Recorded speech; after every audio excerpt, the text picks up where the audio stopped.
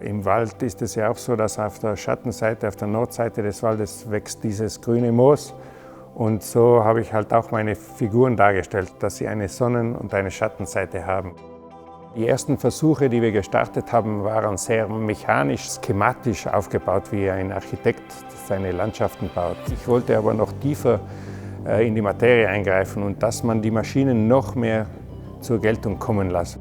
Weil sie sich unterscheidet zu einer Kettensäge oder zu meinem Stemmeisen, welches ich sonst immer benutze, gibt es mir die Möglichkeit, anders zu arbeiten. Und da habe ich dann mit der 3D-Wood eine Technik entwickelt, wo ich diese Späne erzeugen kann, also diese zweite Haut des Holzes aufrauen kann und wie eine Art Fell überziehen kann.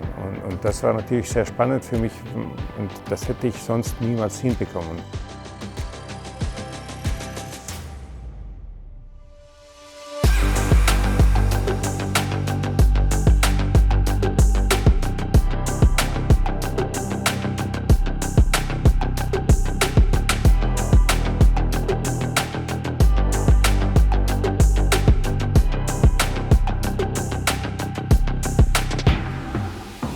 Es gab halt auch immer sehr viel Ängste vor diesen Maschinen, weil man dachte, dass sie dem Künstler sehr viel vorwegnehmen. Aber das stimmt nicht. Der Künstler muss immer denken, wie er die Maschine einsetzt für seine Kunst.